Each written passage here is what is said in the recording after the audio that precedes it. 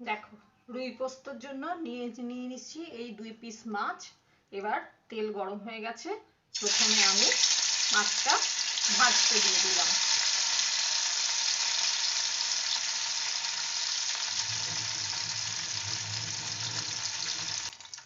দেখো মাছ আমার ভাজা হয়ে গেছে, এবার আমি এটাকে তুলে নিলাম।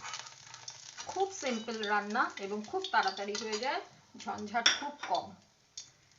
এবারে এই তেলেই আমি দিয়ে দিচ্ছি কুচনো পেঁয়াজ। দিয়ে দিলাম কুচনো পেঁয়াজ।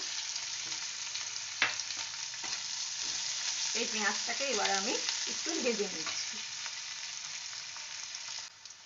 দেখো পেঁয়াজ আমার ভাজা হয়ে গেছে, এবার আমি দিয়ে দিচ্ছি এই পোস্তটা বেটে, মানে বাটা পোস্তটা এর সাথে অ্যাড করে দিলাম।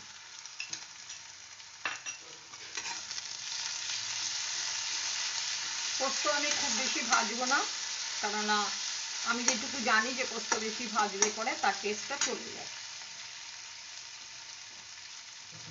দিয়ে দিলাম নুন, এতে কিন্তু আমার কোনো হলুদ পড়বে না। নুন দিয়ে দিলাম, ব্যাস। আর কিন্তু আমি পোস্তটা ভাজছি না। এবারে আমি দিয়ে দিলাম সেই মানে পোস্তর যে বেটেছি সেই ধোয়া জলটা, পোস্ত বাটার যে জল সেই জলটা দিয়ে দিলাম মাছ।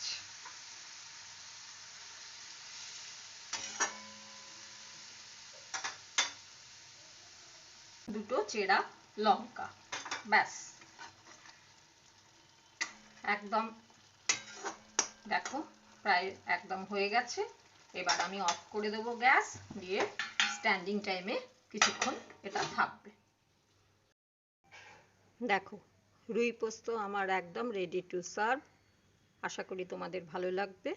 তোমরা আমায় লাইক, কমেন্ট আর সাবস্ক্রাইব করে পাশে থেকো। সকলে খুব ভালো থেকো।